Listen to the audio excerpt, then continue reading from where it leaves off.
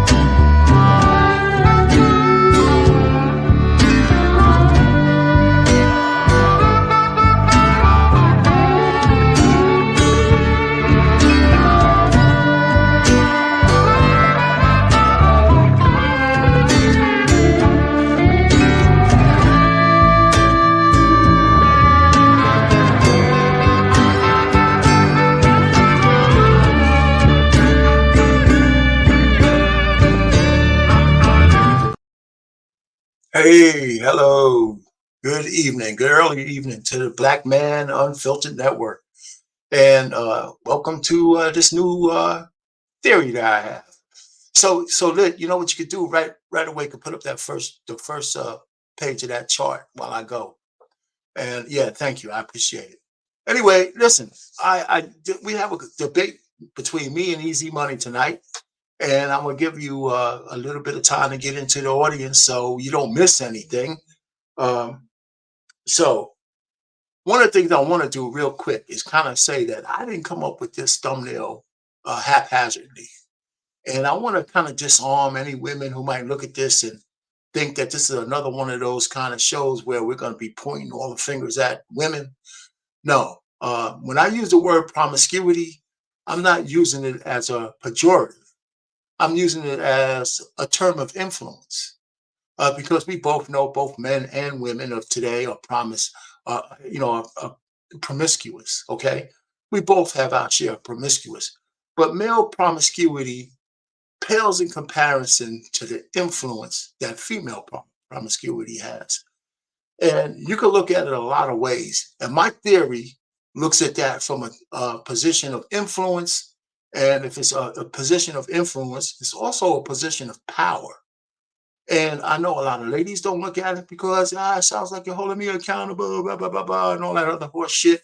But that's not what my point is today. I want to float a theory to you. I want to float a theory to everybody. One, Easy Money doesn't believe that there's a sexual marketplace. And first, and we're going to debate that, but I always tell him, I didn't come up with the sexual marketplace. Everybody who visit these YouTube spaces, from the Kevin Samuels to everybody who's a content creator today, we talk about the sexual marketplace, both men and women. Wherever sex is transactional, whether it's for relationships, whether it's for corn, whether it's for just hey, listen, you know what? How about just let me give you the money and forget about the damn food. Let's just go to the hotel. If there's a transaction and there's supply and demand, there's a marketplace. And we all fit into that wherever we fit in. Some people are high in the marketplace, some people are low in the marketplace. But to try to deny that there's a sexual marketplace is putting your head in the sand. So what I'm trying to say here is how female promiscuity shapes today's sexual marketplace. And we're going to have a little discussion about that and some other things. So that's where I'm playing. So without further ado, we'll talk about that. I don't know if Easy Money's around yet. Okay. But again, there's another uh I guess say somebody who's backing us up. The government backs up the fact that we hear on these streets that women control access to sex. And there's very little people who can really refute that. Sometimes women try to refute it because they don't want to take accountability for their womb when it's convenient. However, the law of the land expressly says that women control access to sex. Because to say otherwise or to do otherwise from a man is a criminal activity. We all know it at every level, local, state, federal, whatever it is. We gotta so let's miss me with that, whether you're accountable for your womb or not. Another thing on the lighter side, how do you like these honeys on this thumbnail? Right? I put these honeys up there on the thumbnail to just show you that the colorism is a bias that only women have. There's a light-skinned honey, there's a darker little skin honey, and then there's a chocolate honey. And they're all honeys. The only thing I should have done is found 3 women with their natural hair. I could have made this thumbnail even better if I'd have showed the women with their natural hair, which I think is beautiful without wigs. But that's not what we're here for. Okay. So I want to talk about our my theory. And I want to hear, and then hopefully there's a woman or somebody, especially I want the guys to come up and we're going to debate. I want Easy Money to get here so we could put them up there and we could talk. But I would like to have a woman's impression after I get this theory out there, of how female promiscuity shapes the sexual marketplace. Let me just give you some background. And let's just look at it. If we had 10 women in the past, in my day in the past, when, the fossils, used to roam the earth. If I had 10 women, 3 of them might have been 304s. Everybody knew who they were. They were women of the streets. There was always women of the streets. But then you would have maybe 3 women who had a boyfriend. They might have been sexually active with one guy, and then you had 5 women who wasn't giving up anything. Maybe 3 out of the 5 will let you heavy pet them. You might be lucky and you'll feel a fur burger or whatever. And then there's 2 that were straight up virgins and you couldn't touch them at all. So if you fast forward now, all the women are having sex, maybe except 1, 10%. And that sounds like a lot. But let's just say 9 out of 10 is having sex. Of course, you have the 4 or 3 who have a body count of 100. And then you'll have maybe, 3 others who has a rotation of men. Not a lot of guys, but a rotation of 2 or 3 guys who are their go-to guys until they find the one. Now, I ain't coming up with this. Plenty of women say this on these YouTube streets themselves. And so then you might have another 2 who, has a boyfriend and they might be at it. And then you have 1 woman who is a virgin. Like, if you guys remember that one lady who says, I'm saving myself, and all the men went crazy. So the point is, the difference between then and now is that the women are much more promiscuous. I'm not making that up. All the stats go there. And I'm not saying this as a pejorative because men have always been promiscuous. The issue is that our promiscuity doesn't really matter, because we can't force ourselves on women unless we're willing to do criminal activity. So it's really always up to the women to acquiesce to a man. And women know that. You guys know that. I mean, even if you want to deny it, I always say that men will take sex from women any way you give it. They always have, they always will. The reverse is not true. Women will not take sex from men any way we want to give it. That is absolutely not true. Women will take sex from men based on the conditions that satisfy them at the moment. I'm not making that shit up. That's just nature, right? So if the women are chaste, if the women are virtuous, and if the women want what they want before they give themselves to a man, that will shape how men actually act.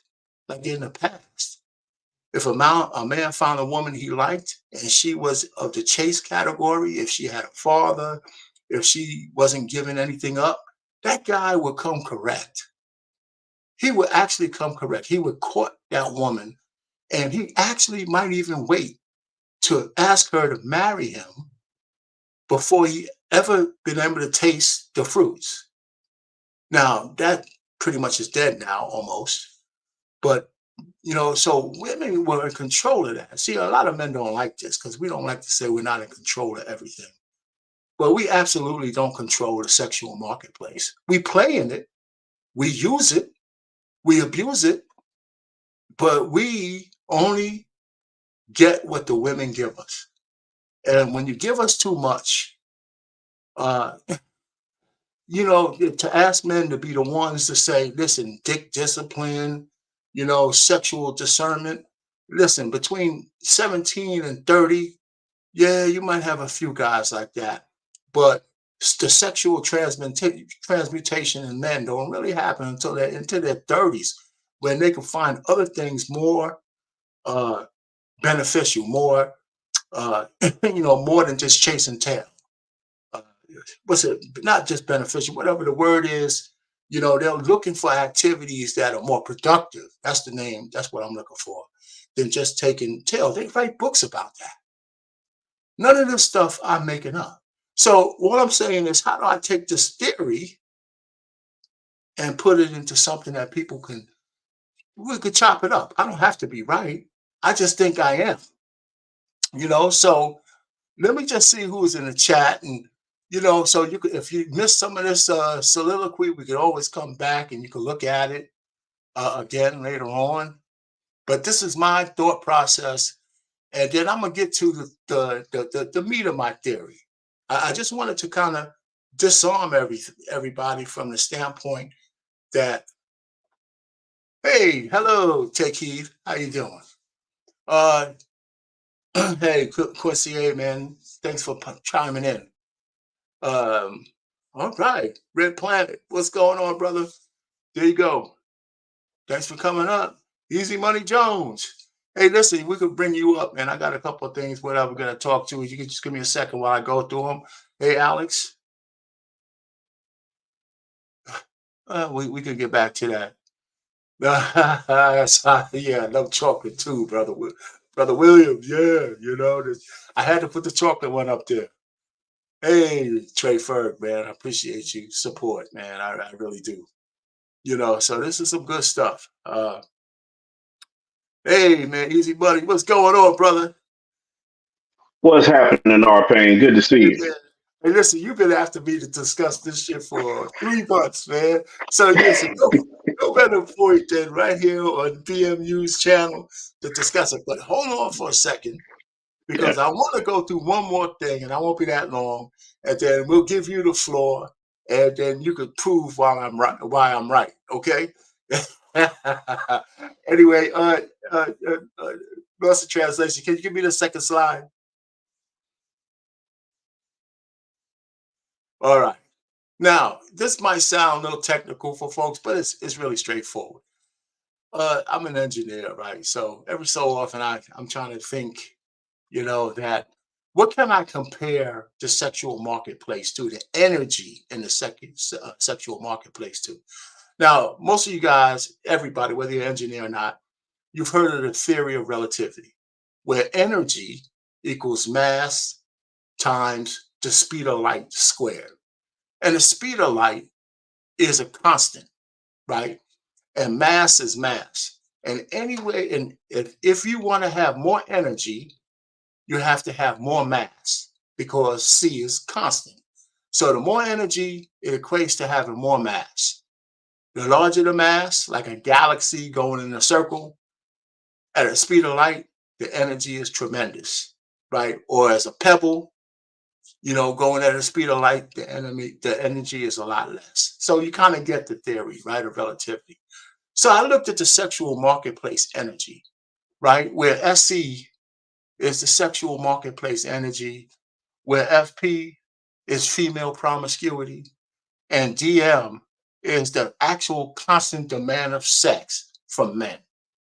Now, since the beginning of time, men with their billions of billions of sperm cells, we are sexual beings. Our demand from sex from women is a constant.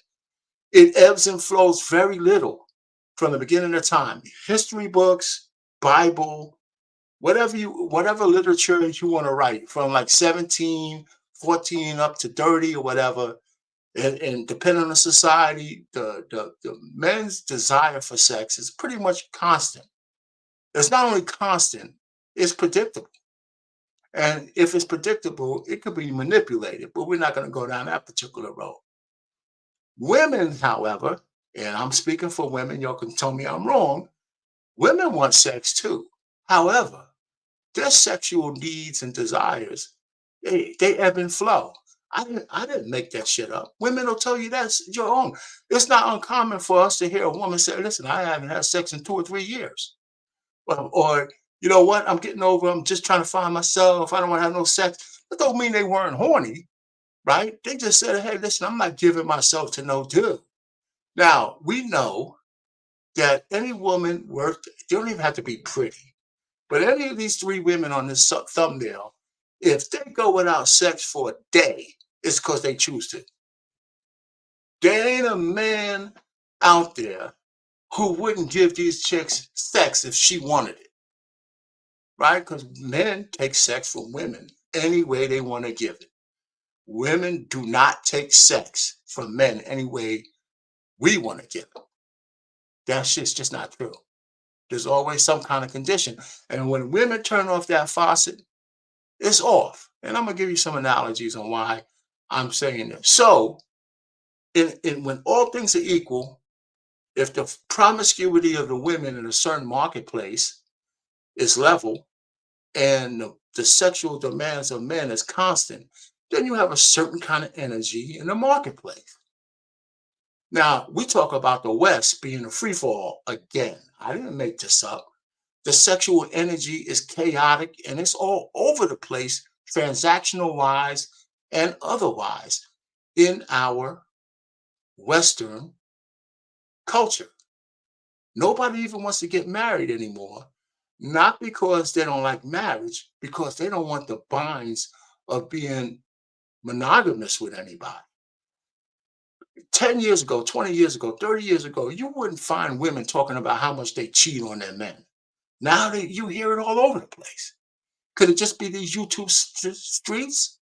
Or is it, are more women actually doing that, right?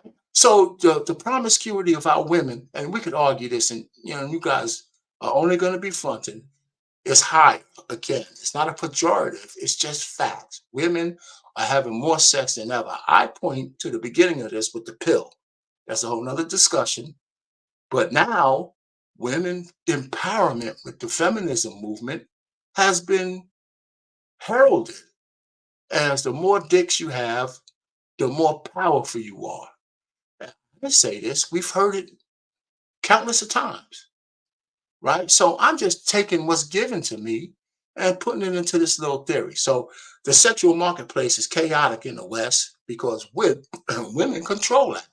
Now, let me give you an example of where the sexual marketplace is not chaotic, where culture reigns, where social mores reign, where laws reign. And I know women ain't gonna like this, but I'm gonna use it as an extreme example. In Saudi Arabia, right, where they tell women to cover up, right, because they put it on women to control the libido of men by covering their skin. Is that fair? No. However, and we're not talking about the sheiks and their harems and all the sexual stuff that goes on behind closed doors. Those women are not looked at as great women. They're looked down upon, and we don't need to talk about what they're doing. But I'm saying the regular rank and file woman in that country is somewhat chaste, not because maybe she doesn't want to be, but they're making her be that way. But the men who want those women have to go to the father. They got to go through protocols. They got to go through all kinds of stuff that asks for that woman's hand in marriage, because there's still culture, there's still laws, and there's still religion. There's still things that matter. There's still shame and all that kind of stuff. So the sexual energy in those on the rank and file people is tame because the women are tame. Now, the way the women are tamed, we could debate whether that's fair or not. I'll grant you that. But you can see the difference. The sexual energy in Saudi Arabia is a whole lot less than in the Wild Wild West. Okay? And we could debate that. Listen, this is my theory. And then we're going to bring easy money up because I'm not going to be too long. I could have found one of these stupid government agencies who gives money so I could write this shit out, because I would be a whole lot more articulate in writing than I am speaking about this. Maybe I could have got 500K. Sometimes people are getting money for the mating strategy of butterflies. I could probably get a nice little grant to do a study on female promiscuity and how it shapes the marketplace. So hey, easy money, come on up and let's get started. Hey, what's going on? Hey man, go ahead, brother. Hey, I'm gonna let you speak. I said my piece, and I'm gonna let you go uninterrupted. Hey, before you go, you like the background? Yeah. Yeah, there you go. I'm trying to No, upgrade. you're coming up, RP, man. I remember when you were just in your little basement room. It was all dark and dingy. Couldn't even tell if you was bald. Now look at you. Hey, Now look at you. There's brothers like you challenging me, man. Go ahead, man. Easy, buddy. What you got?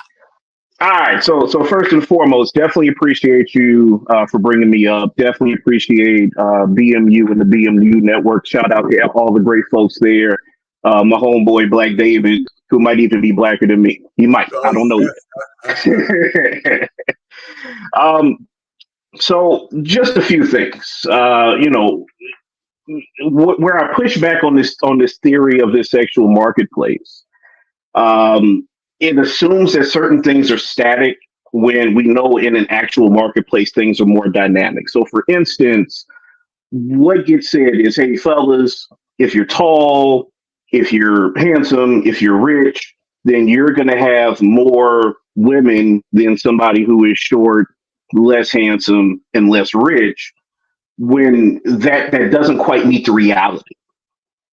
And so, this theory that women control this marketplace is a bit flawed. And the reason that in itself is a bit flawed is because around the world, there are more women than men. And if we're talking about Black folks in particular, we know that there are at least 2 million more Black women than Black men. So if your theory is, there's all this available sex if you want it, and women control the marketplace, and men just have to fulfill a few, fewer characteristics than they did in the past or in the East, then I struggle to see how we have people that are like these incels who can't get action and can't get laid and can't get those things. And then to take it a step further, to assume that your sexual marketplace value translates into dating and relationships, because oftentimes what we hear is, well, if you have a low sexual marketplace value, then you're not going to get married. As women age, their sexual marketplace value goes down. Therefore, they're not going to be great spouses and things like that. When that doesn't match the reality or the data, in real life here, people are getting married later and later. Right, age gap dating has gone way down. The average age gap was 4 years between the spouse between spouses 100 years ago, and today it's 2 years. Right, So people are waiting to get married later. And further, when we say that, wealth isn't a factor, age isn't necessarily a factor, because there's this theory that as men age, their marketplace value goes up, but as women age, it goes down, and it's because of fertility.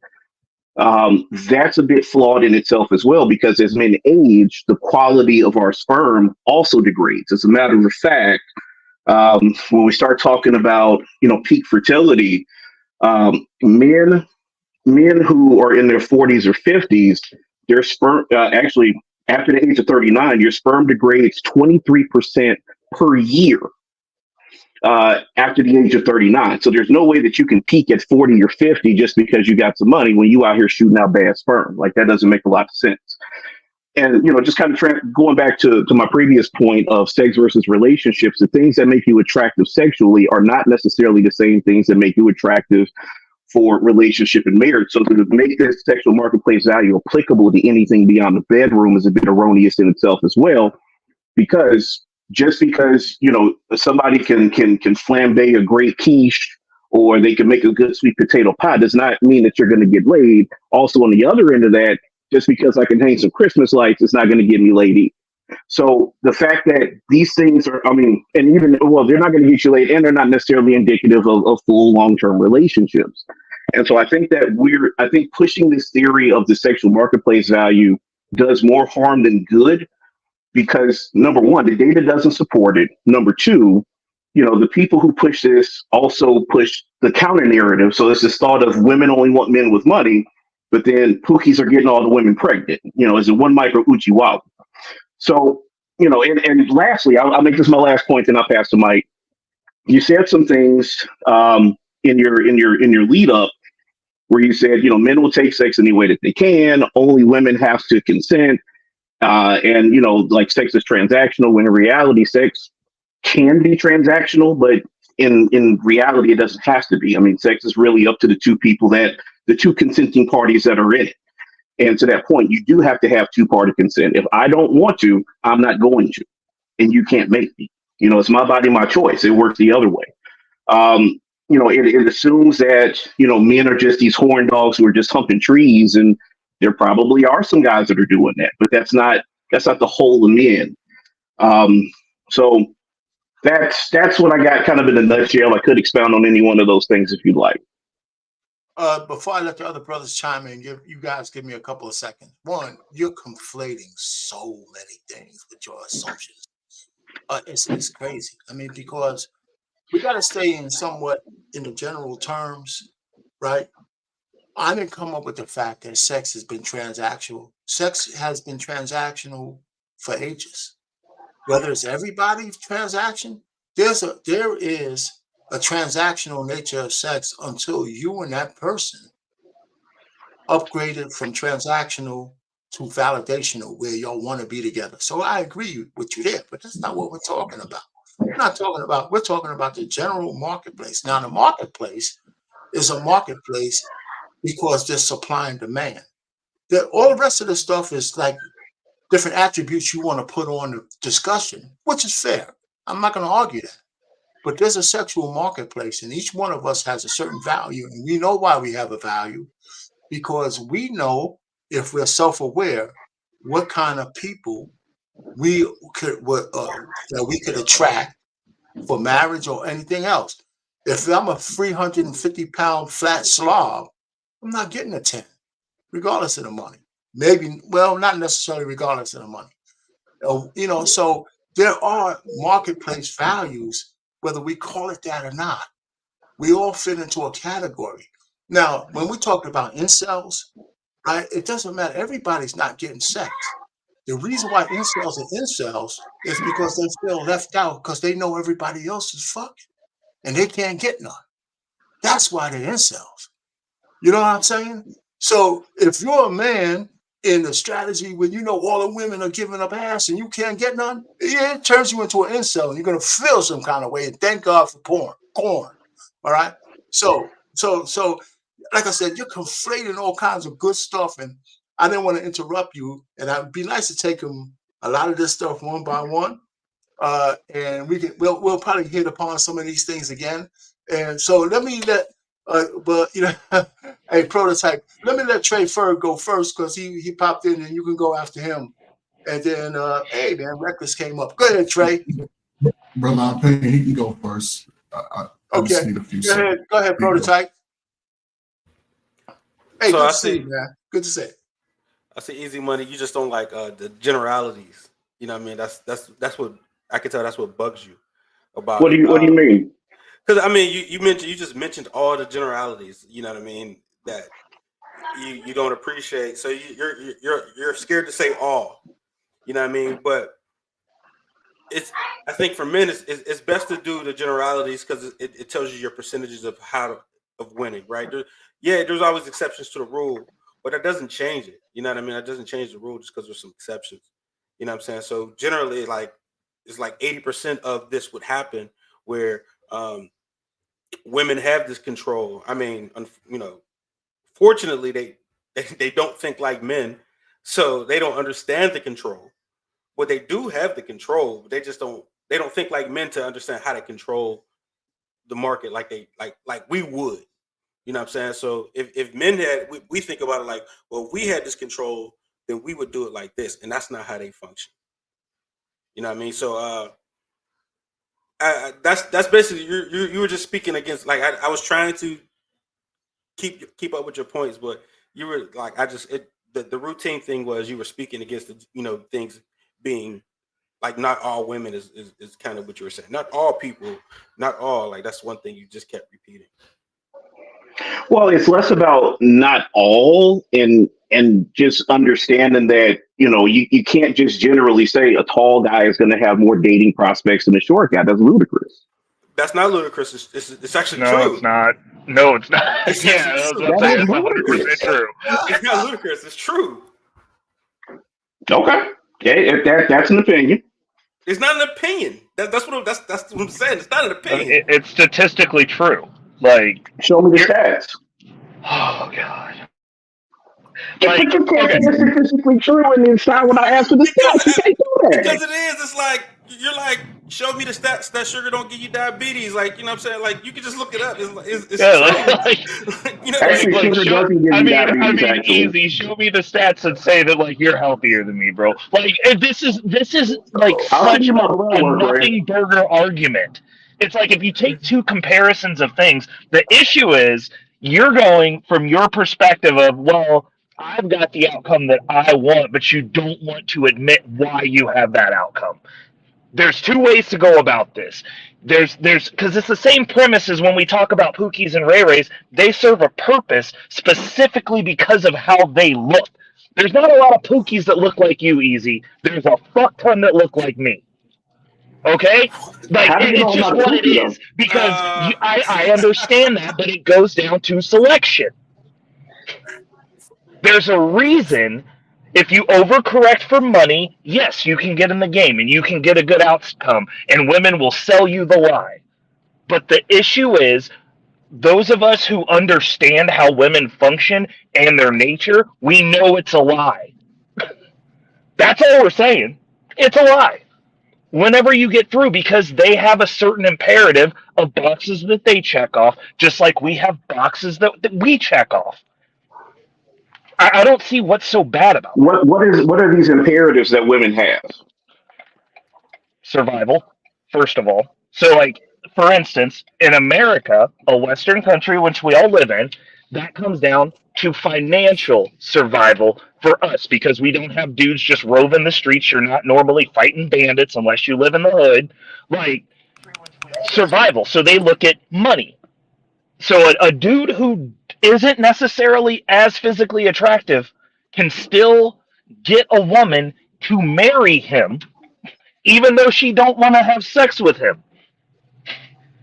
And then sometimes they'll sell the lie so good that they will just have sex with him, but it's not their preference. It's not like they're going to admit that. No one wants to not be in the security of that man's home. She's not going to say she doesn't want to have sex with you. She might in private, if you set up handy cams all over your house, tell her girlfriends like, oh yeah, I'd rather have that dude dicking me down. But like they'll optimize for later in life after they've gotten done by everybody they want to get done with finding the dude who has money to settle down with for the security. They're not going to marry the Pookie. They'll get knocked up and bring his kids to the easy money to have you take care of them. That's what they do. Like, But you're I don't saying it's like understand. all women are having kids out of wedlock and then looking for this tech person to settle It's down with. not all, because even if it's not out of wedlock, she might come It's to you not with even a 100 bodies. generality. I mean, all we're saying is there's certain things that they look for marriage, and then there's other things that they look for when they're trying to get that back corrected, and normally those two things don't generally align. Let me just chime in. Hey, folks, if you're in the chat, hit the like button, man. Hit that like button, please. Hit that like button. Don't question us. Like I understand not all women. Fine. But the exceptions don't break the rule; they prove the rule. Like this is a known. That's the only. I think that's the only discrepancy we have is like you're going, well, not all women, and I'm like, the vast majority of them, if they told the truth. Women don't tell the truth about body count. They're not going to tell the truth about if you're the beta security guy. They're not going to tell you that. They're going to tell you you're the man, and you'll be the man until you run up into the man. Like it's whatever. Preference is preference. We have preferences too. Like a lot of dudes are married to chicks that are not their first choice or women that they are necessarily attracted to at the highest level. It's the one that they could get. There's no difference. No, there is a bit of a difference there because with men, because we bought into this belief that we have this biological imperative to just put ourselves in trees and hump on anything that moves. We often miss out on the woman that we're supposed to marry and then settle for the next one. A lot of times you'll see dudes go from a 5-year relationship where they were cheating on this woman, putting her through hell, and marry the very next woman that they get with. Like that's on That us. don't correlate, bro. That don't mean that, though. Yeah, I was about to say. I was like, I don't I even mean, know how you made that comparison just now. Yeah. Because I mean, we could be we'll drag something along. You know what I'm saying? I'm not saying we're the best guys in the world, but we'll drag a 5-year relationship on with a girl that we don't want.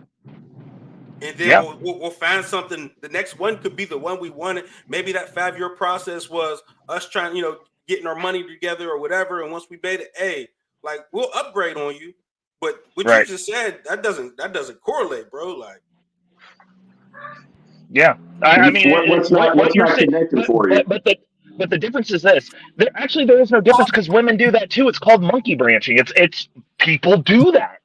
To get what they want, you're going to have somebody there who gives you access to sex.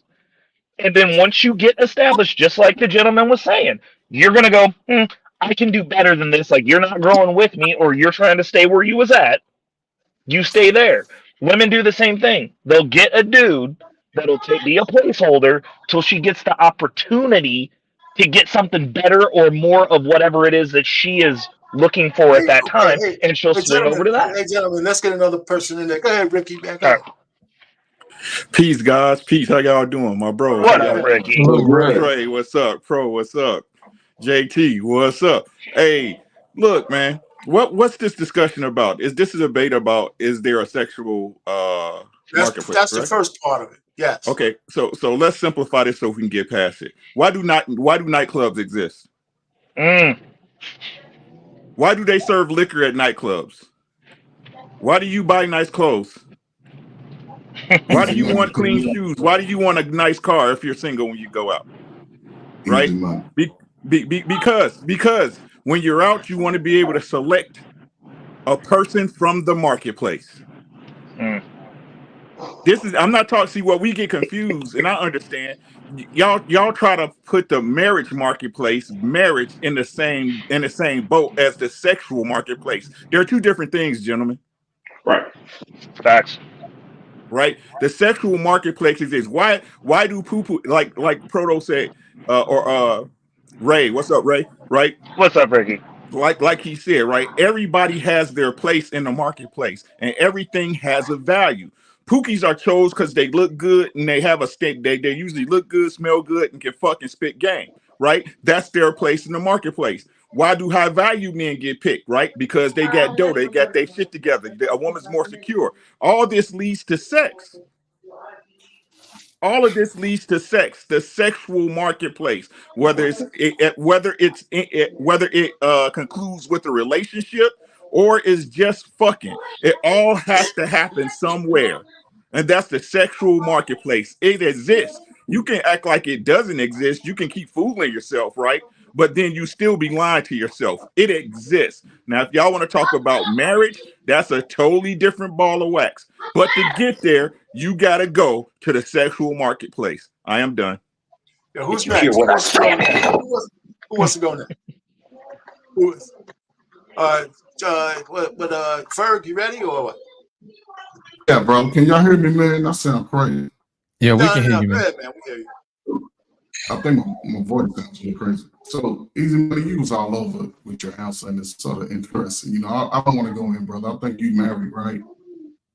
I am. I mean, you can feel free. Everybody else going on. No, so Easy Money. I hope you're and your wife long success, but brother, if you was to get back out on this marketplace, you will understand your sexual market value immediately. You will understand that immediately out here. And I hope you and your wife get to raise your children together until you get old and gray and slim down a little bit. And you'll see your sexual marketplace. Oh, you don't think I can stick? Oh, bro. We gonna have to talk after this then, because you was what I'm saying mistaken. is, Easy Money, as you get older, I might need to send you my DMs, my man. No, I don't do no DMs, boy. Listen, Hey, we need I that don't do no womp man womp sound effect when Right. that last I'm statement. on front chest to chest with man. I don't do no DMs, man. That's not my style. But what I'm saying, Easy Money, as it pertains to the women, listen, as it pertains to the women, our pain post on it at the beginning of this video about other countries. It's promoted in America because if the women can run wild, it has to make the man, especially we the strongest. You promote this sexual activity within the women, especially the black women, because they get as horny as a black man. And then they'll, with the wildness they're able to do, right? Because other countries, the women are chaste, they sort of covered up. They ain't out there sleeping with everybody, regardless if they have money or not, because they got money, they arrange them like y'all get that money. But if they just regular working people like most of us, you got to go through a process. In America, they immediately allowed a woman, by the time she's 13, she can run buck wild. Then you meet her at 24. She done slept with all her high school friends. And think about it, the young guy got the same mama, so he's in the same lifestyle. He's understanding that early in his life. So, but if a brother just continue to work, he'll be our sister. They might do that for 10 years, have 3 kids, and you come along with money because you look like you're going to need that change to get them. You know, got to keep your beard straight. You're going to have to come with that bread. And she's going to say, I want 150. And look, she got $100,000 worth of debt, still wearing wigs, still wearing makeup, smell like pickle juice, and you trying to sex her. But another dude is already keep running. You see, you can hear him on here. I was with a guy 2 days ago. That's because Easy Money is easy and old boys coming through a rough and wild. Easy Money, man, you got to look at the reality, man. You got it backwards. I'm sorry. I'm glad I brought him here. Hey, listen, Trey, regular Trey, you got something? Go ahead first. Then JT, go ahead. Unlit. I'm sorry. That's just the thought I have with Easy and his wife. I just feel like she'd just be like, yeah. He'd be like, okay. But anyway, I would ask this. I didn't get here on time, so my excuse for my tardiness. But what evidence is there to show that there isn't a SMV? Any evidence to show that there isn't? So I'm glad you asked the question, because I think that, and we're probably going to end up saying much of the same thing. I mean, roughly, my theory I call it the proximity theory. And ultimately what that means is if you want women for whatever purpose that is, you need to go and be around them. And ultimately what we're seeing today is a society where people aren't just hanging out on corners anymore. You can't just go kick it at the liquor store no more. You're not just hanging out outside. You're going to work and you're going home, and you might jump on panels on YouTube, and that's about it. Therefore, you're not putting yourself in proximity with the people that you ultimately want to be with. And so my theory is the men who spend time around women and find them attractive, and eventually you'll find someone who finds you attractive, and then you'll be able to, relationship, dating, sex, whatever. Like that's ultimately what it is. What are, let's say, 21 to 35-year-olds, male and female, what are they doing on a Friday night and a Saturday night? Probably on YouTube.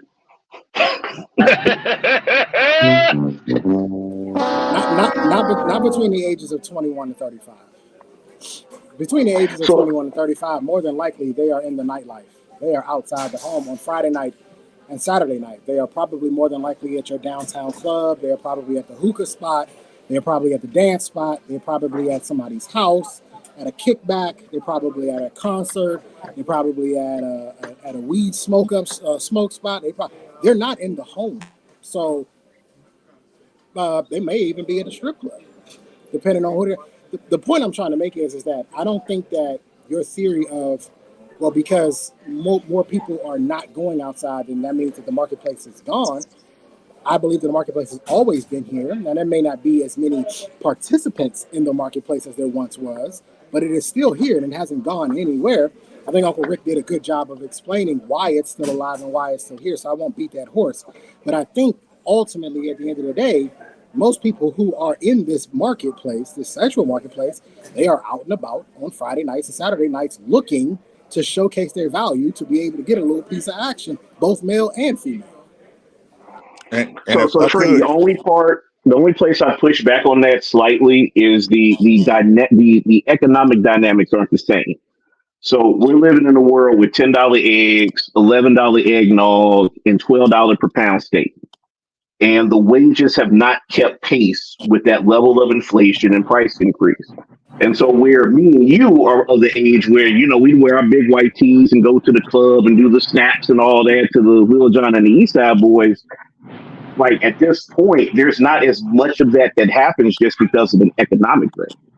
Right. Well, And that's why I disagree with you on that, for the simple fact that women don't spend money on Friday and Saturday nights anyway. Right. So Tuesdays and Thursday nights. You can cut half of it out. You cut half of the population out right there because the women ain't spending the money. So the question is are the men spending the money? And yes, the men are spending money on women. Right. And the thing is that as you spoke to proximity, right? The problem is that when the women in the marketplace are in that proximity, because the marketplace has expanded to places like Bumble, right?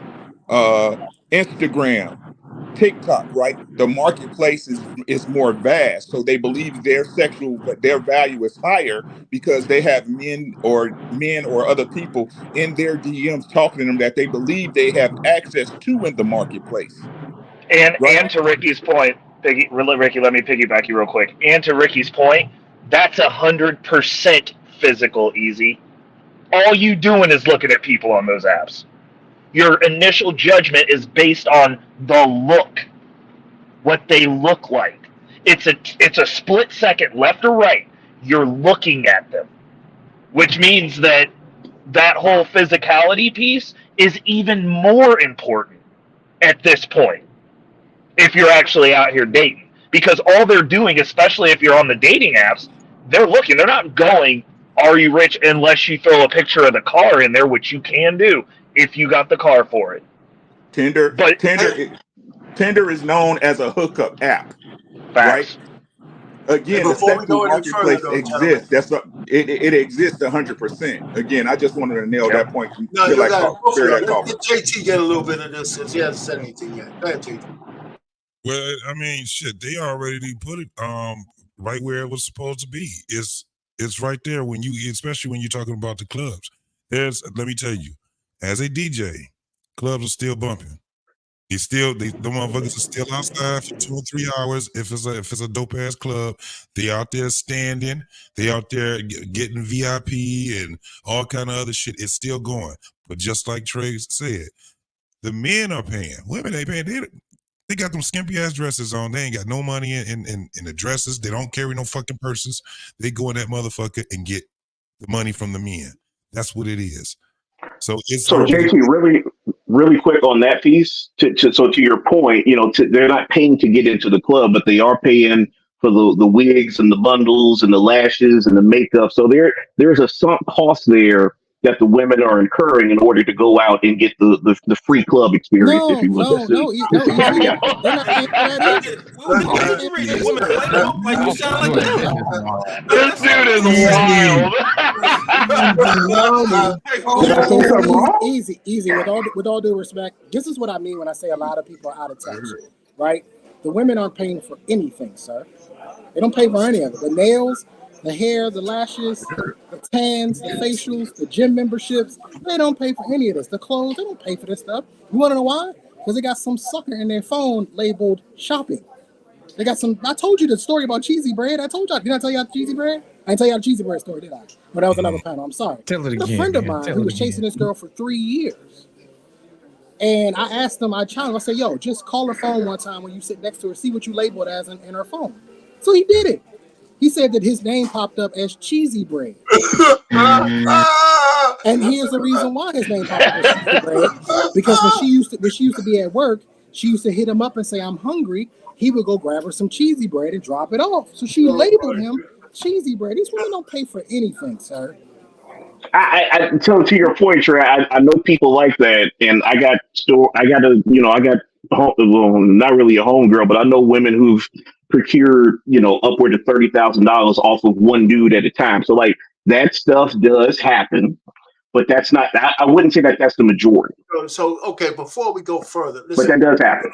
Well, easy. The point is that there's a sexual marketplace out there, and we're all playing in it, whether we want to admit it or not. And we all have a location in it. Now, I'm not passing. Well, I think you retired, Payne, ain't you? No. Well, hold on for a second. Let me say this. I know you like to try to retire me. That jersey up in the rafters right now. However, even if you're married, you're still in the marketplace, right? You can't take it for granted where you are, right? Because I still have a woman, still have a wife, so you got to still do what you do. Not that I think she's going to go anywhere, but I can't take that shit for granted. And no man out there who's married better do that either. Anyway, Lit, do you have anything to say? Lost translation. I shouldn't have said it that way. What you got on? I said it the wrong way. Man. What do you? Here's my thing, man. We try to label stuff we already know what it is, man. Say, for instance, you want to go to the store, you want to get some peaches, right? You got to go to the store because that's where the peach is at. Well, that's where men and women go to the club so they can go get some peaches. You know what I'm saying? You already know what it is. They're going to wear them skimpy outfits so that, you can see what you like. The guy's going to put on the best outfit, the best smelling, you know what I'm saying? They're going to rap a taste because normally you wouldn't do that behavior in the streets regular because people look at you like you're weird. But if you do that in the club, it's expected because that's how it goes. You see what I'm saying? You buy a chick a drink, what's up? And it goes from there. If she choose you, y'all agree upon what y'all gonna do later on or whatever, exchange numbers, and that's it. But at the end of the day, I think what we try to do is we try to vilify people's sexual urges. You see what I'm saying? And most people just want to get the best that they can get. Most men want to get the best woman they can get, and most women want the best man that they can get. And people pretty much fall into that order, based upon their experience. You see what I'm saying? Sometimes women have an inflated version of what they can get because guys basically will have sex with anybody. You know what I mean? You have 10s having sex with 6s and 4s just because, it's a slow night. You know what I mean? He had to get his 9s and 10s a day off from work. You know what I'm saying? Say, hey, they kind of busy. Let me go and holler at one of these 4s down here. What happens is the 4s think that they 10s because the 10 slept with them. You see what I'm saying? So, I mean, that's just how it is, man. That's just how it is. Just like a wife takes on her husband's name, these bust downs try to take on the value of whatever man they sleeping with. Bars. Again, putting verse on the marketplace. Some people have an overinflated value of what they're worth, which is why they can't get nobody. Some men believe they're greater than what they are, which is why they can't get a decent woman. Again, you're trying to assess the value and pay as little as possible for a product. You don't want to spend so much on a chick that been ran through by 20, 30 niggas, right? Oh, I'm gonna treat her like a queen. She's a goddess. Da da da da. I'm gonna flourish her with gifts and make her my name. No, because you will be overpaying for a product. The same with you. The same with women. They ain't trying to get stuck up with no dude that got 4 baby mamas, no driver's license, and no car, right? Spending up your tax money on a weed flip that never work out. They don't want to overpay because there's a marketplace. There's some guys that will settle for X, but they expect Y. There are some women that will settle for Y, but they expect X because there's a marketplace to do it. I'm just trying to stay on topic. Hey, I got a question for you, R-Pain. Are you suggesting that there is still an SMV for married men? Is that what you were saying? Did I hear that right?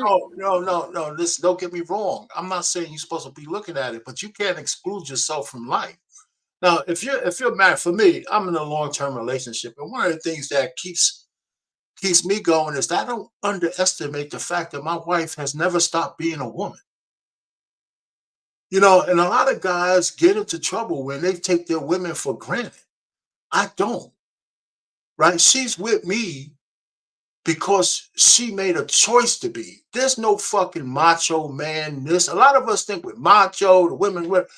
My wife's with me because she wants to be. And that's more powerful than anything in the whole fucking world, if you ask me. Because she made a choice, and she keeps making a choice. So you window shopping. Is that what you're saying? No, I'm not. I'm not saying I'm window shopping, but I mean, I'm still in them. Let me put it to you this way. How the hell do I know so much about what's going on out there? Because you listen to us? No, because I'm not separate from the world. It ain't from experience, R-Pain. You get it from us. We tell you what's going on. No. I get it from. I get it from the environment. Yes. R-Pain's the Rick Ross of these YouTube streets. The YouTube streets and the regular streets. I have people outside of YouTube that I talk to. Come on. But anyway, listen. No, I'm not looking, and that's not why. That's not where I'm coming from. I just had a theory I wanted to float, and maybe you missed that part. And one of the things I did do, and I think Lost in Translation hit it, I'm not trying to lay any blame. Both men and women have a certain level of promiscuity. But the power in the promiscuity lies with the women. We've been the way we've been forever. Our promiscuity is a natural kind of thing. And we buck that system all the time. We make stupid choices because of our need for female to be plowing honeys. And the literature, the Bible, and every goddamn thing we've read tells us that shit's true. Even Abraham went to the tent, and we got the longest freaking sibling rivalry to history ever, and bloodiest sibling rivalry known to mankind. You know, so some of y'all might get that reference. So anyway, all I'm just trying to say is it's worth talking. So when I put that video out, Easy Money wanted to debate me, and I said, listen, man, I wasn't ready to go live, but BMU, he has this nice channel with all you fine gentlemen that come over and in your own way, help me tell Easy Money, you don't know what the hell he's talking about, God damn it. Anyway, get back on here, Easy Money. Who was Easy Money? Hey, in the meantime, we have a commercial break by yours truly, R-Pain. Toughest things any man has ever done is turn down a nice piece of willing, steaming ass piece of pussy. And there you have it. Steaming ass. I'm never gonna live that one. Been brought to you by. Let you live that one down, R-Pain. I swear to God. Hey, y'all ain't peeped the steam at the top though. Y'all peeped the steam. The steam, baby. Come on, Easy Money. What you got to say, man? No, I'm fascinated. Like I guess I just struggle a bit because when I think marketplace, I think of a place where people come and exchange goods and services. I don't view like relationships and sex and things like that as like goods and services. I don't view it that way. But Easy Money. That's because you married Easy. That's why. Right. But also, I've never paid for it, so I don't know what that's like. Oh no!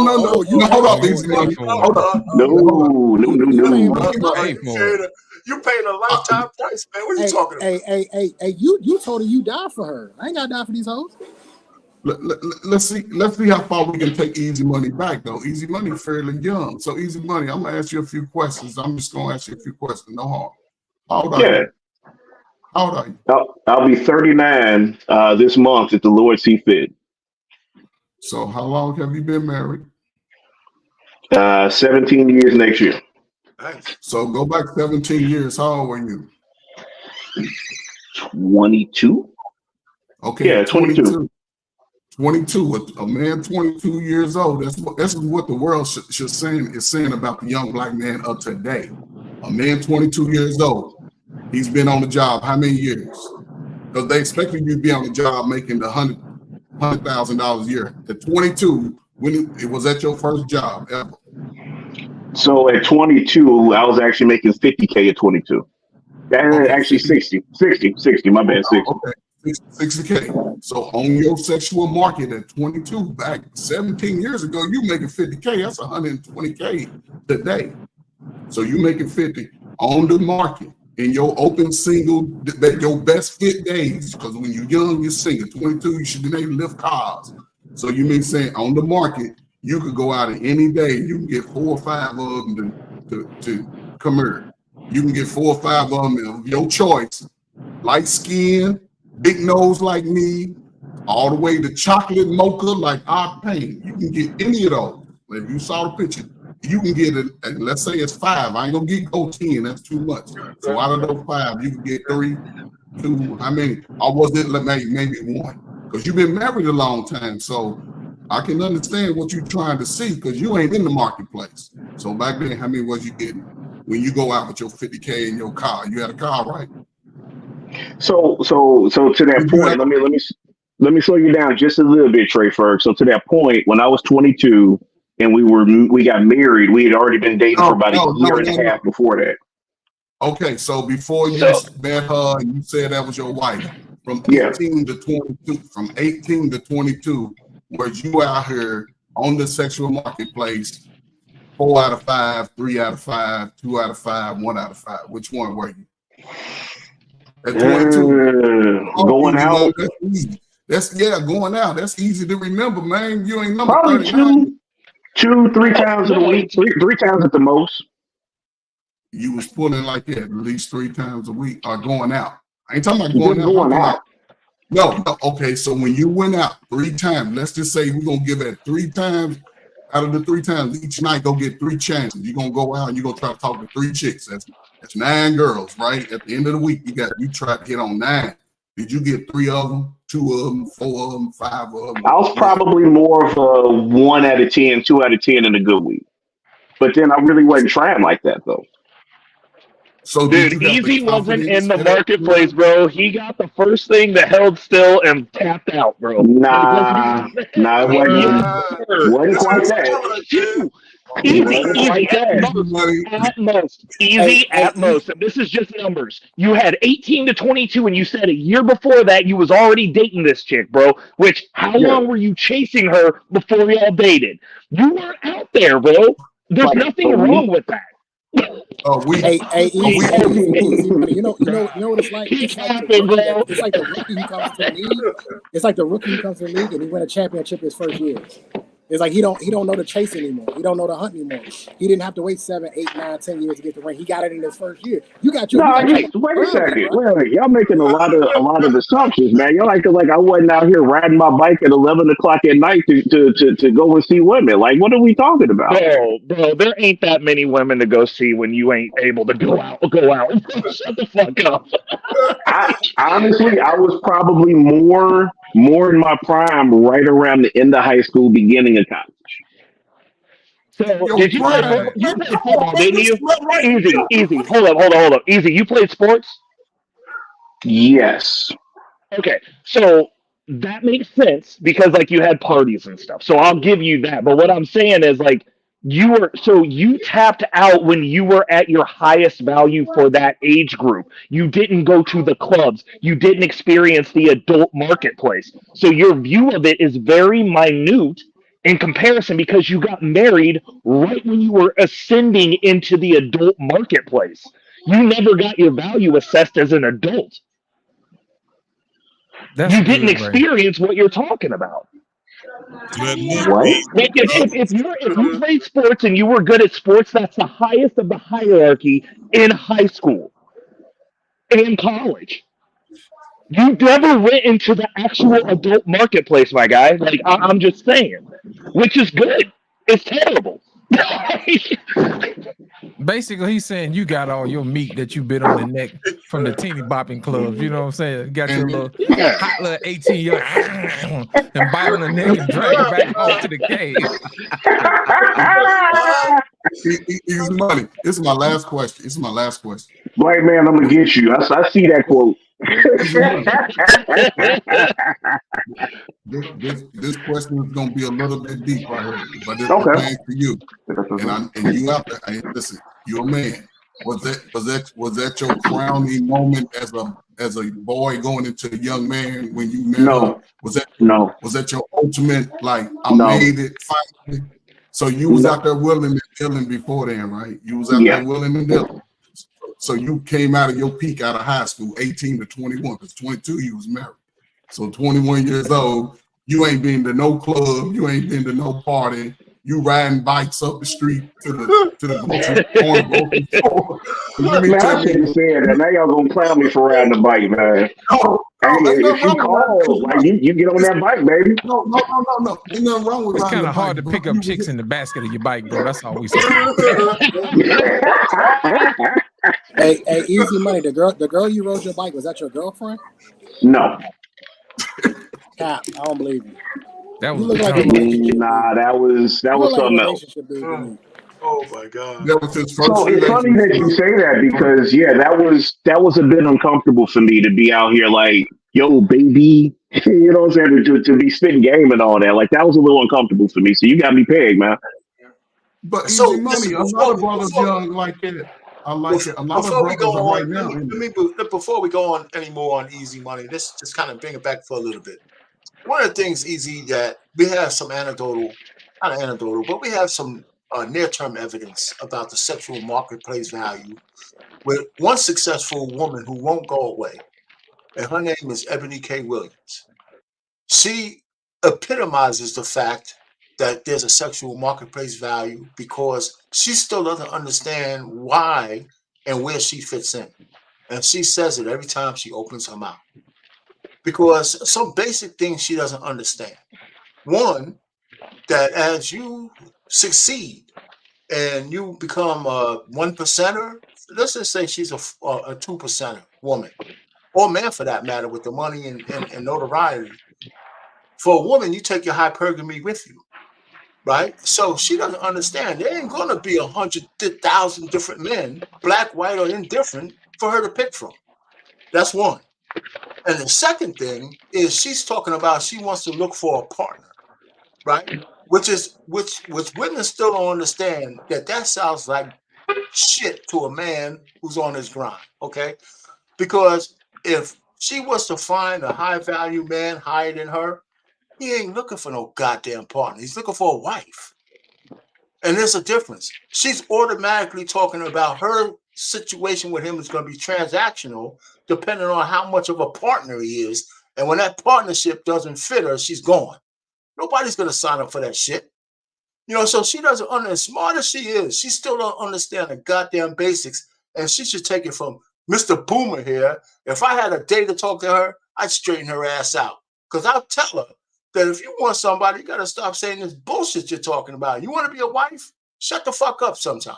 Did you hear what I said? You would just do what all y'all old folk already do, which is just tell her shit she already knows, because she already knows all of that. She is unwilling to accept the truth. No, that's She what I knows would she tell knows her. exactly. Yeah, She knows. I hear you, Yeah, Trey. But the point is, you be the wasting fact here.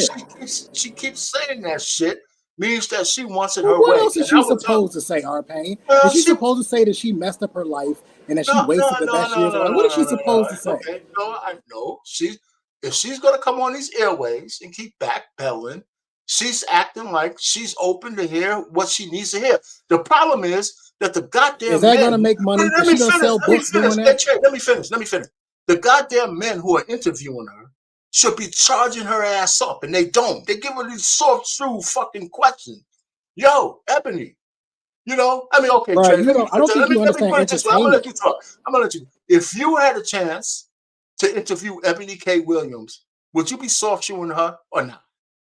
I would soft shoe her because I'm gonna make a ton of money off of her. Yes. Okay, That's the point. now That's you're the being point you're not disingenuous. understanding. You This don't ain't a soft shoe you nobody, guys goddamn it. All of a sudden, you're gonna be soft hold on. shoeing You her. guys always want to do this revolution shit. They don't give a fuck about no damn revolution, bro. They don't care. I ain't They don't talking care about about that stuff. revolution. I'm talking This about girl wants revelation. this girl wants to sell books. She wants to make money. And so you think she's gonna get up there and say, I wasted my 20s, I wasn't a good fiance, I wasn't this, I wasn't that. She's never gonna say that. She's gonna keep perpetuating the bullshit that we already know, and she knows it too. She knows it. She knows where she stands on the sexual marketplace. She knows it. She just knows that she can't demand what she wants anymore. So fuck it, I'm gonna make as much money as I possibly can. Trey, but she already, just for the fact that you said what you said, she already admitted that she fucked up. So why not go make the money? I'm not saying she shouldn't make the money, but I'm just saying. I know you're saying Every that time that woman she's open not her mouth, y'all sincere talk about about what her. she's Every talking time about. All I'm just trying to say is I'm trying to listen. Okay, we're talking hypotheticals here. Okay, if I had a chance to talk to Ebony K. Williams, I would give her the chance to tell me what you're telling me in secret. Listen, I know what the deal is. Just shut the fuck up. I want to make money. And then I'll say, okay, yeah, Trey was No, right. you wouldn't have to worry about that because she wouldn't come on your show because nobody's gonna watch No, that shit. I said hypotheticals, God damn it, Trey. I'm being hypothetical too. She wouldn't No, come man, because no, nobody's gonna that's watch all it. right, man. She's only All gonna do the show where she knows that people are gonna watch it because that's the content that they want. They If want I to was hear her able talk to be about, a oh, fly on the wall and be that's right. It's entertainment at this point. We all know what Ebony K. We know she's a failure, bro. Everybody knows it. She knows it. Everybody knows it. At this point, it's worthless to keep talking about it. It's the same thing with Jada Pinkett. We know what time it is with Jada Pinkett. Why we keep talking about her, right? We know it. Well, let's keep it on Ebony Cat. See, first of all, you won't allow me my hypotheticals without putting your goddamn Treyism on it. I mean, I'm just saying, if I had a chance, if I had a goddamn chance to have her say something, even if it's in private with me and her, I would tell her straight skinny, and she could tell me exactly what you just said. Yo, you know what? Do you know how you know how you get her to say the things you want her to say? She would have to be in some sort of round table. She would have to be on some sort of like fresh and fit type situation where she would be the elder woman. And then she would have to explain to the younger women like what she did and what mistakes she made. That's the only way you're going to get the answers that you want from her. That's the only way you're going to get the answers from her. She would have to put her in a position where she would have to explain the decisions that she made. But if you do a one-on-one interview, she's just going to sit there and tell you, oh, I can still find a man. I can still do this. I can still do that. I'm still high value. She's just going to keep perpetuating what she believes. If it's a public interview, yes. But she already did a mea culpa in a couple of us. I've been following some of her stuff, and if I had the clip, I'd play it. She did a mea culpa a little bit already. But anyway, I don't want to beat this about her, but I hear your point, and I'm not going to argue it because I know she know. If you're telling me she's smart enough to know where she's at, I agree with you. She knows what she knows. So let me say something about that. So the thing is about someone of like Ebony K, women that's her age they're the low on the totem pole when it comes down to the sexual marketplace or the dating market, right? They're kind of like the low ones on there. Let me explain. She was on what was that? She was on the Breakfast Club, right? And it goes to what Trey was saying. It had to be, in order to have the interview to be more of interesting for people to tune in, you had to have some type of confliction, right? So what did they do? They had a younger woman that had a problem with what she was saying. They had her as the elder, and they had the younger woman, because this is the thing. The women that are her age, they ain't even talking what the younger women are talking now. They done flip this shit so much, man, where it's like a pussy dick thing now. It's just whores and tricks. That's basically what it is. It's whores and tricks. It's not only in the music, but you hear them talking about it. Look at how many people have panels now, and listen to what the younger the woman is, the dumber that they sound. It's crazy. They sound stupid as hell, but guess what? The men are the ones feeding into it.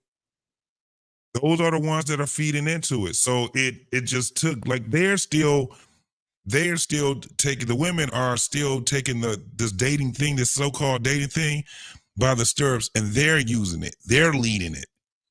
They're leading it to hell, but they're still leading it. And what they're saying now is that fuck your proposal. Fuck that marriage shit, right? Because they're young. They're 22, 25 years old. You know, they still think at 30, they still think that they 22 and 25 years old. And they're trying to talk with those 22 and 25-year-olds that's talking. And guess what ended up happening? Before they know it, they're 40. They done had 2 children. They done had a baby daddy that they can't get out their goddamn life because they on and off. Why? Because the only niggas that's fucking with them is the niggas that just want to fuck. That's it. Then they get their heart broken. Then they get somebody to do them in. You know, next thing you know, they bitter. Guess what they start talking about now? All niggas ain't shit. This is what the market is. The older women, they're trying to revert back, you know. Now you hearing this little trend now. Go back to your baby daddy.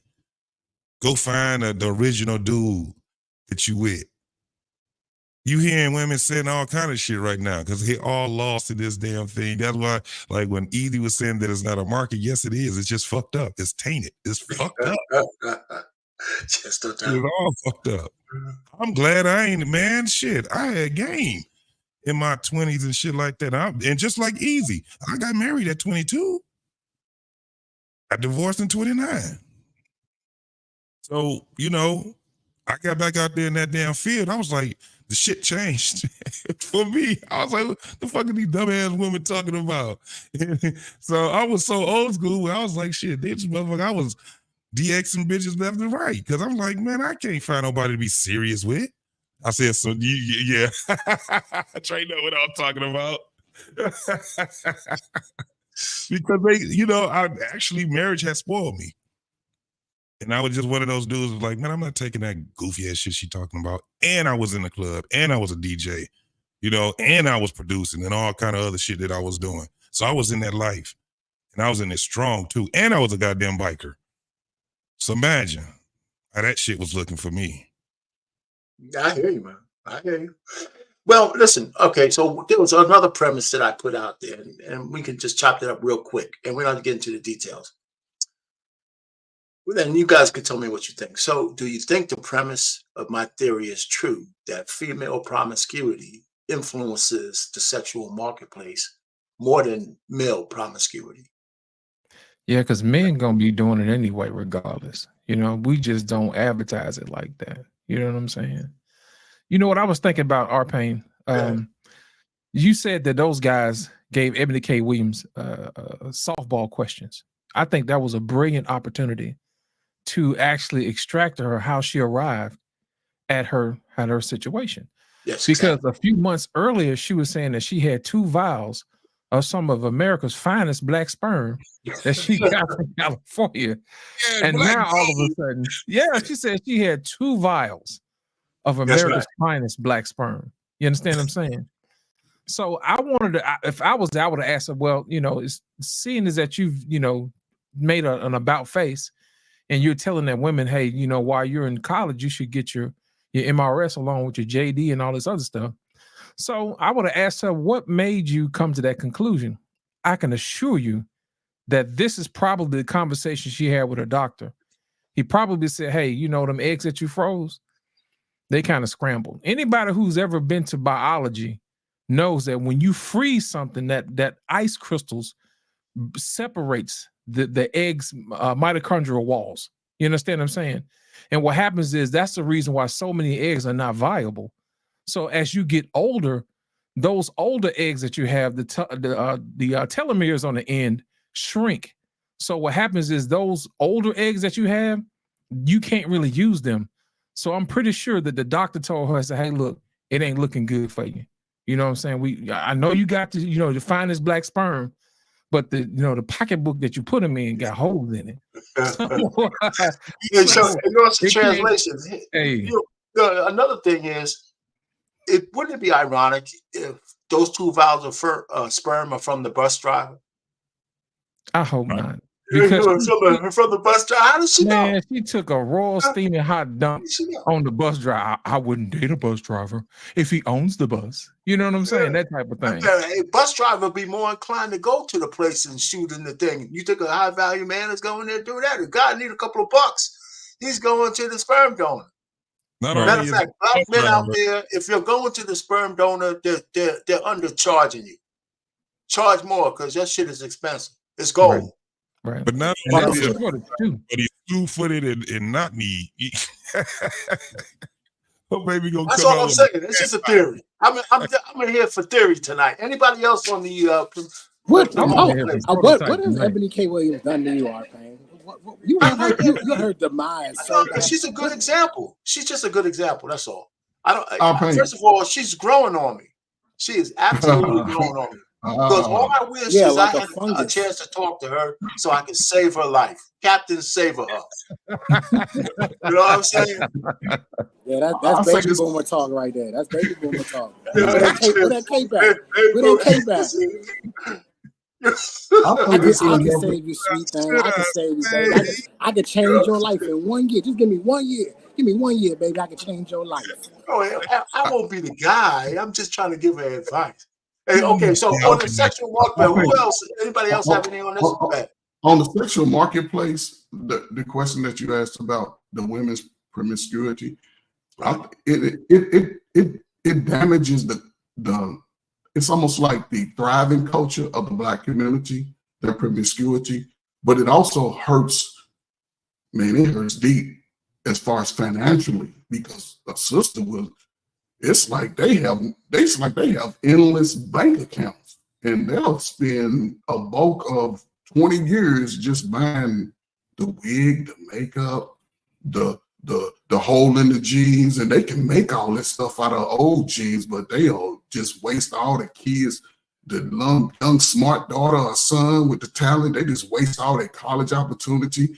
The little girl, she just get back out here and repeat the same things. It's crazy now. So it hurts. If you look at it, it hurts the financial market in our ability to sustain longevity in these communities. Because even though we've been living in a lot of these communities, their wild behavior ain't really brought no gain to the community. It just brings more waste and more downfall for real. And a brother still has to continue to work. And you know what I'm saying? I just hope that everybody, a brother, when they get 38, 40, man, just cut out the nonsense, man. Go do something to get yourself in a place as you grow older. You can relax at 48 and 50. Don't have no children out of wedlock at all. Don't do it. Don't do it. Now, if you want to get some snapper every night, man, just cover it up, man. Just cover it up, man. Don't do it. So just cover it, man. Easy Money Jones. Okay, go ahead, Trey. I'm sorry. Go ahead, Trey, first. No, I'm just saying Easy Money Jones. I hope you're not sitting around a group of 10 brothers and y'all all having the same conversation. No, he's surrounded by a bunch of women with that convo, bro.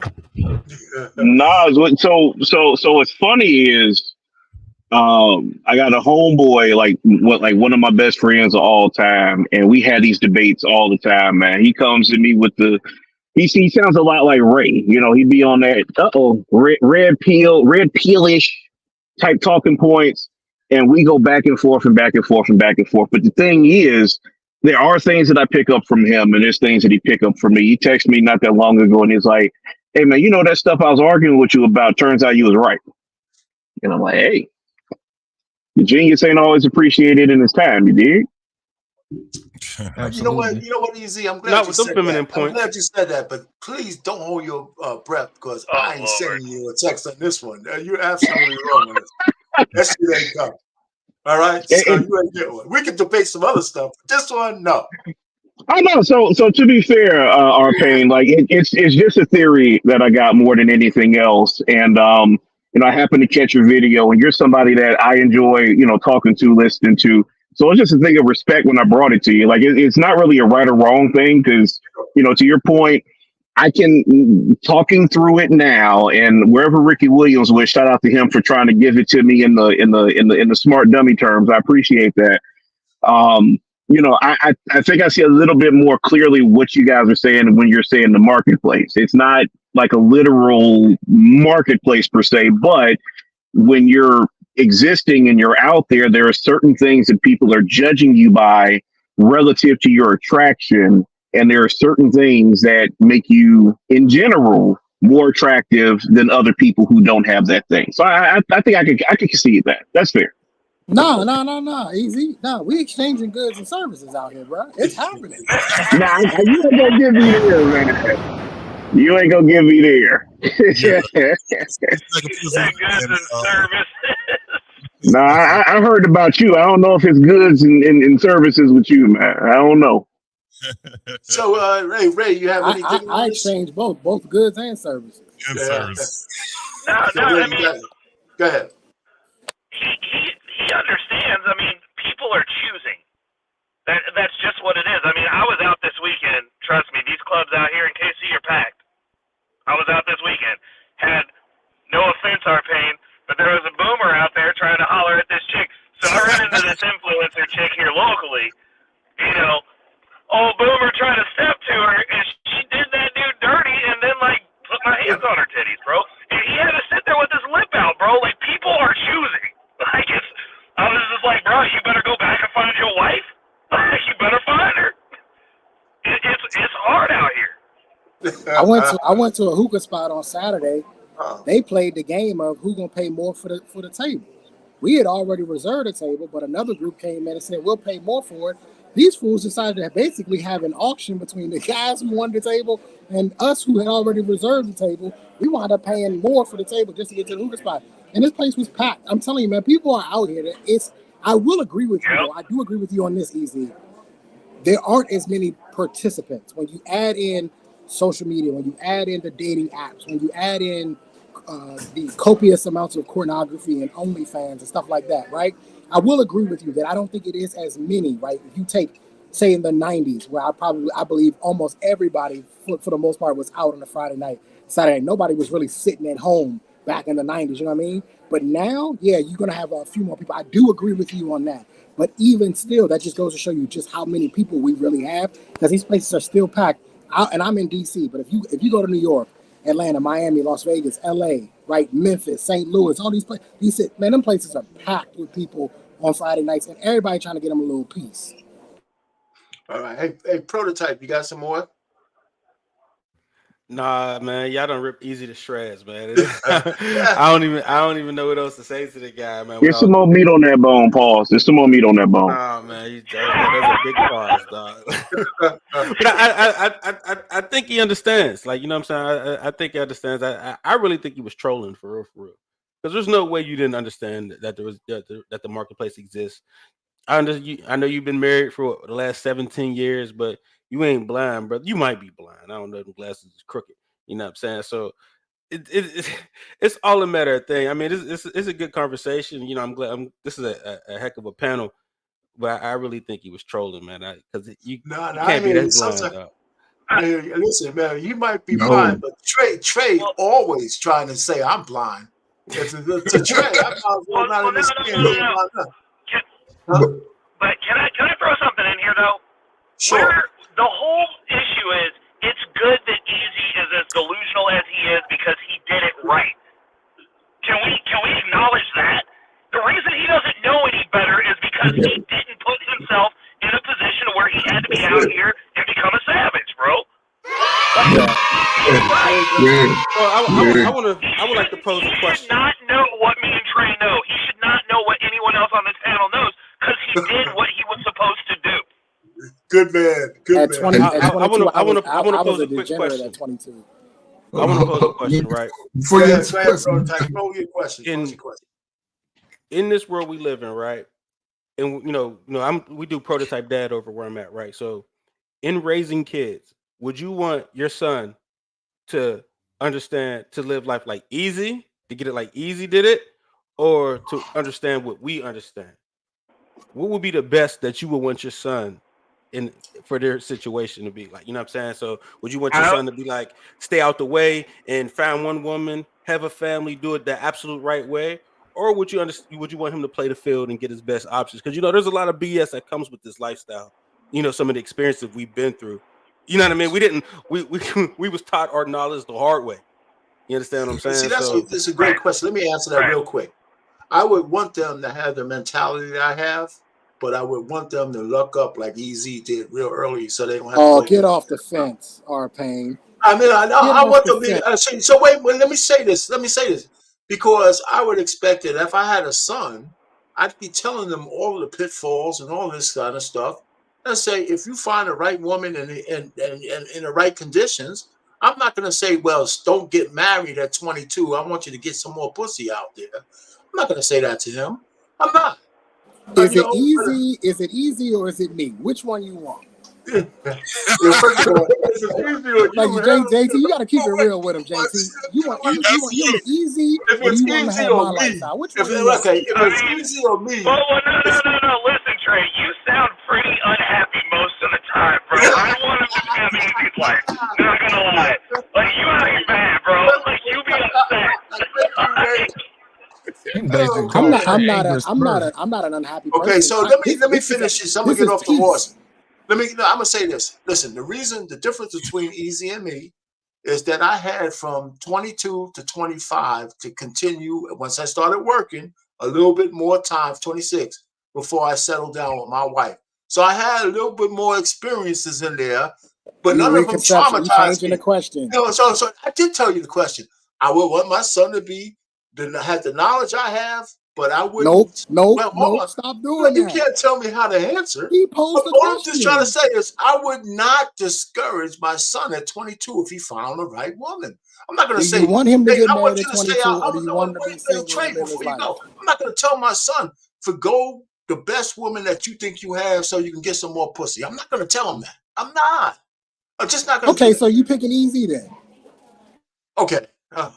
I'll grant you. If that's what you're saying, I'll pick Easy. Okay, I'll give you that. Can I answer from somebody who I have a bunch of mentees that when we have our interns come in that I deal with regularly. Ray, you sound like you talking on the Fisher Price speaking scale, man. Well, that's because I'm in my car, bro. Because some of us got businesses to run. Yeah, you're good enough. Go ahead, brother. Go ahead. Anyways, when we have our mentees come in. Like, I've got one specifically that I work with, every summer. I've known this kid since he was probably about 15 when he started coming out for summers. He's in college now. He goes through these relationships, and I just give him the truth. I just tell him the truth. I'm like, look, you need to look at this, this, and this. This chick's moving kind of sideways. Oh, you're having problems? Let's unpack it. And I tell him all the time, I'm like, you've got your whole life ahead of you. But, if you find somebody that you're serious about, then just be serious about it. But understand, you have a lot of opportunity. And this kid comes from a rich family, so I'm like, you rich. You have a lot more opportunity when you get older. Period. You're going to be at the top for basically ever. He's in high school, he plays sports, and his family got money. And he's good at sports. I'm like, you're never going to be average if you don't want to be. But on that same note, I'm like, hey, if you can figure it out. But understand that, these chicks, this is where they're coming from. This is the information they're getting. You towing the fence too. You towing the fence on that, right? So, do you want him to get all the gushies out there, or do you want him to be right? A good husband. Hey, prototype. That just goes to show you how great of a question it was. Nobody wants to give you a direct answer. It goes back to what I always say. Just because you know the truth doesn't mean you got to be a bitch about it. You can know the truth and still have relationships. You can know the truth and still get married. You can know the truth and still be successfully married. Who knows the truth at 22? Right? Can I give y'all a straight answer? Yes, go ahead, JT. Go ahead. Please. I will want my son to do it like Easy did it. Period. I would want him to do it like Easy did it. That's all it is, bro. At the end of the day, yes, I had experience because again, this shit and I don't bang on no boomers that much, but look, they was right there before me. And guess what my uncles was telling me? And all them old ass men, you got to get as much pussy as you can, boy. You do this. They was telling me all the wrong shit. It was leading me down. Those motherfuckers turned me into a cheater before I was 14 fucking years old. I was conditioned to be a fucking cheater, and I was getting it wrong. I was losing a lot of shit. I lost good women because of my own goddamn and being in my own fucking way, right? I would rather for him to have it because he's gonna figure it out. If the marriage just don't work or whatever, man, oh well. But I think it would if he. The thing is this: when you're young and you can just stick that shit the fuck out, it's easier to stick out when you're young.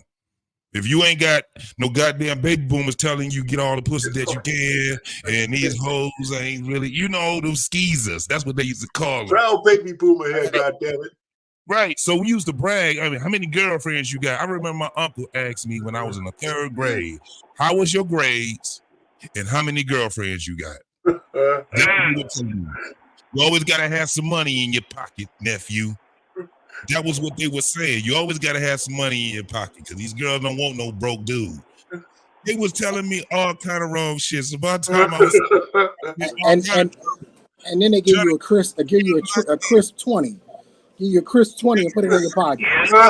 They was the worst, bro. My great uncle JT were the worst, bro. They were the worst. Oh, you only got one girlfriend? What's wrong with you? Even when I was in the military, what's wrong with you? You only got one girlfriend? What's your problem? What's wrong with you? Y'all not built like how we was built. Come on. Right. Easy. Let me ask you, what do you think I'm gonna say? Like you or my lifestyle? Which one you think I'm gonna say? I think you're going to say like me. Yeah, you're right. Here's the thing, and this is killing me to say this. And so screw you, Prototype, for even posing this question, for making me have to agree with Easy. But knowing what I know now as a 38-year-old man and going through the crap that I have gone through, I know for a fact that when I was 22, I came across some decent women. I know for a fact that even post 22, I can point to the woman I should have married. I can tell you exactly who I should have married because of all of the qualities that she had. So if it's my son, I tell my son, if you met that woman at 22, marry her now, because when you get to be my age, it becomes extremely difficult to find a woman that to marry. Now, here's the thing. We talk about the women having a wall all the time. The women have this wall, this physical wall. There is a wall for men, too. When you get to it's not a physical wall, it's a financial wall. You don't know who to trust at this point. You start to make so much money, and you start to build these assets and build these portfolios. You can't trust them. You don't know why I have no idea why these women are here. Do they actually like me? Or do they like the lifestyle I could potentially provide them? I have no clue, and I have to take her at her word, and I have to do all of this vetting, which is why most of the time I'm on these panels, because I'm trying to pick up some nuggets from you married guys to try to add to this vetting repertoire of questions that I need to ask these women so I can find out which one is legit or not. So if it's up to me, I would say no. Go get her at 22 when you both really don't have anything, and build together, because more than likely she's more genuine, she's more honest, and she's probably a better person at 22, because when you get to be my age, it gets difficult. Very difficult. I got a good question for you to ask them. To vet. But Prototype, hold on for a second. I want to get everybody. No, I was going to give him a tool. A real quick tool. Ask these women who they are in their family. Like, what role do they play in their family? And that'll tell you a hell of a lot about who they are, what they're capable of doing, what they'll do, what won't do. Because if they are the one in their family, then they're less likely to make the bad decisions. You understand what I'm saying? That's a good point. Real quick, and lost in translation, if you have something, I should stop asking you if you have something. You can go, and then you can go, Trey. It's funny because I said that same thing to my sister once. My sister is younger, but she has her little segment of the family. And when my stepmother passed away, I told her when she was like, lamenting, I said, you know what? She was a police sergeant. And she's retired now. I said, listen, you're the matriarch of your family now. So everybody under that umbrella, you're going to have a lot to say, grandchildren, children, stuff like that. I'm here to talk to you anytime you need me and stuff. I said, there's nothing to be, don't be afraid of that. Just embrace it, because that's where you are. She took one of her aunts in, who's like 90 years old now. She does a lot. I said, it's up to you. So that's a good point. That's really a good point. She's married and stuff like that. Lost in translation, what you got? Here's on the my thing, question. man. To tie it back into what you said, RP, I think most of the guys are taught how to be husbands. And I think what happens is that the women crush that dream by doing certain things on the side. You know what I'm saying? Just having, random guys on the side. That's how they survive. I was having this conversation with a female friend of mine today, and she's actually moving to a new apartment. And I was telling her, I said, how's that single independent life treating you? I said, you ain't got nobody to bring your boxes up. You know what I'm saying? You got nobody to help you fix this stuff. Ain't nobody to buy you this stuff. I said, let me explain something to you. I said, that's the type of stuff that women leave out. You know what I'm saying?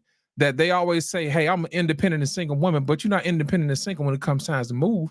So all those guys who brought your packages up, set up your desk, set up all this other stuff, you never mention those guys. You see what I'm saying? But at the same time, you're going to sit up and say how you did it your own way.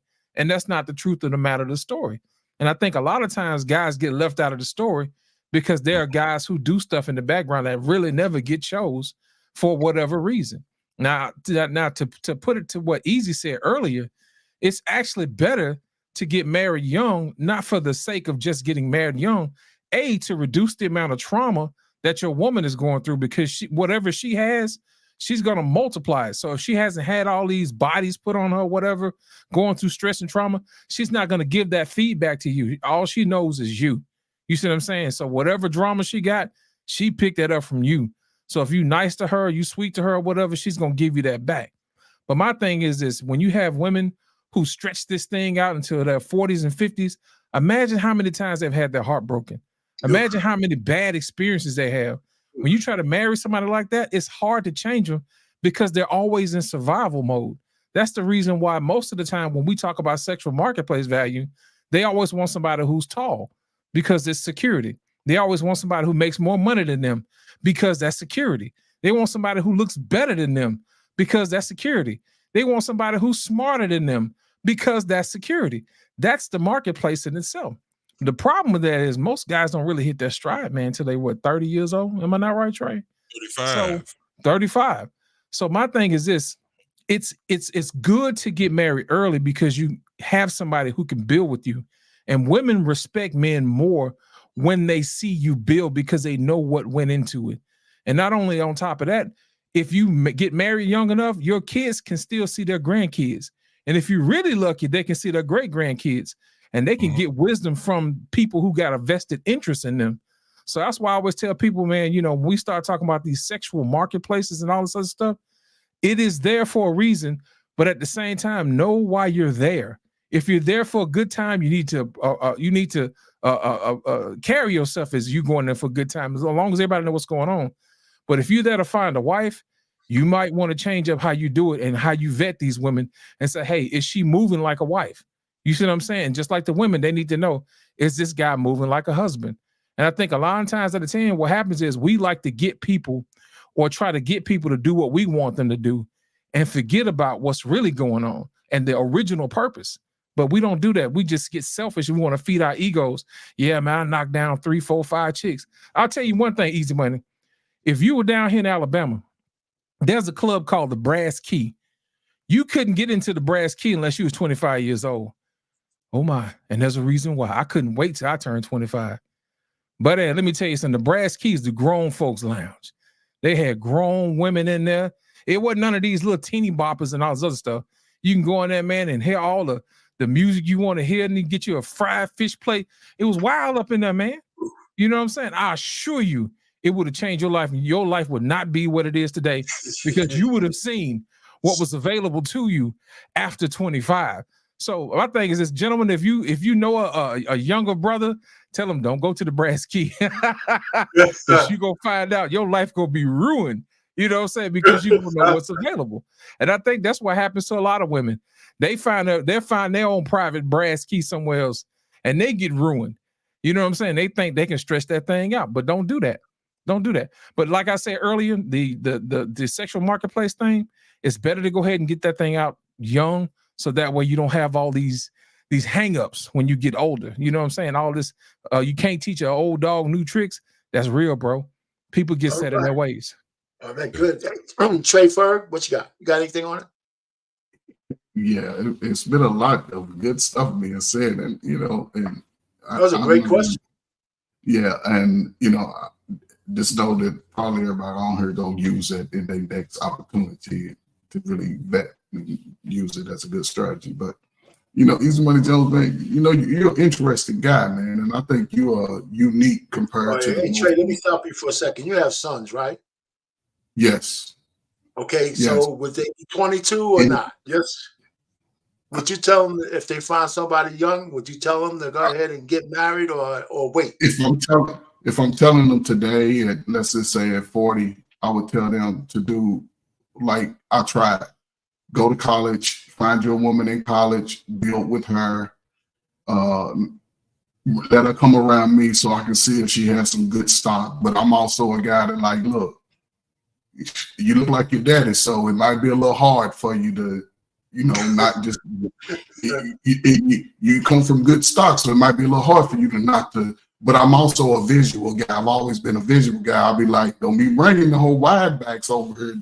And I was like, don't be bringing no somebody that, if they lighter than me and can't use your comb, no, it don't happen over here. That's just me.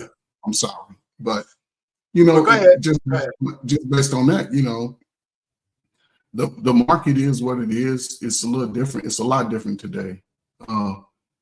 And so as a young man, I would just say, trust the good advice that you get.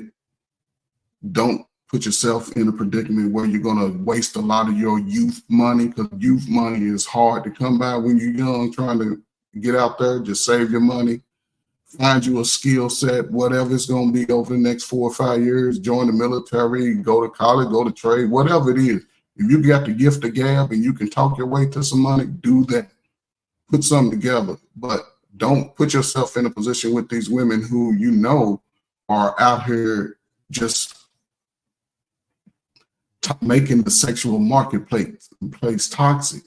If she slept with a guy, don't even touch her. Just don't. You can be a friend, but don't even sleep with him, man. That's nasty, because your friend over there smell like peanut butter every day. So why would you want to? But just as far as the women, man, they have different people promoting the nonsense, and you have people are entertainers and they have microphones, so they speak to millions and they have the most views, they have the most followers and everything. But a lot of those people that are caught up in that propaganda lifestyle, they saying be single, have sex. They're not saying not have sex, because you got single mothers now in the entertainment. It's like now Ashante and Nelly, that's no family. That's just relationships. That's part of the game. And the younger girl will see that and be like, oh yeah, see, I can do that. And this money's inflated, because we're not trying to get money to go get a 3-bedroom house and pay off all your bills and, raise some kids with the big nose and lips like you, because our Easy Money, I know all your kids look like you. Not one of them. One of them. Two of them look like their mama. One of them definitely look like me. So you already had the D and everything good, right? They're mine. They're all mine. Those are good conversations in the street now. Brothers are going, and you look like you're going crazy. Let's not go down that road. We're gonna I'm just saying. Okay. But finish up that. And in reality, what I'm saying, I think it's going to get even worse going forward, because us brothers don't have the voices to the women.